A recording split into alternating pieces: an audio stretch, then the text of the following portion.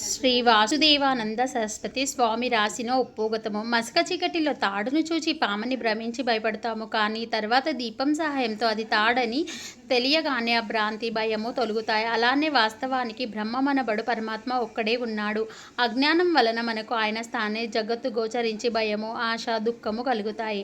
ఆత్మజ్ఞానం అనే వెలుగు సహాయంతో పరమాత్మను తెలుసుకున్న క్షణంలోనే దుఃఖరహితము, ఆనందమయము అయిన బ్రహ్మమే సత్యమని అనుభవం అవుతుంది. అప్పుడు భయానికి, దుఃఖానికి కారణమైన జగత్తున్నదని భ్రాంతి తొలుగుతుంది. అంటే ఈ జగత్తు మిథ్యమని తేలిపోతుంది. సర్వత్రా నిండియున్న బ్రహ్మమే గురువు యొక్క నిజతత్వము. సచ్చిదానంద స్వరూపుడైన శ్రీ గురుదేవునికి హృదయపూర్వక నమస్కారము. ఆ పరబ్రహ్మమే సత్యమైనది. అజ్ఞానం వలన దుఃఖంలో మగ్గుతున్న జీవులపై కరుణతో వాటికి ఆ దయానిధి తన నిజతత్వాన్ని బోధించడానికి అత్రి మహర్షి పుత్రుడై జన్మించి శ్రీ దత్తాత్రేయుడని పేరు పొందాడు.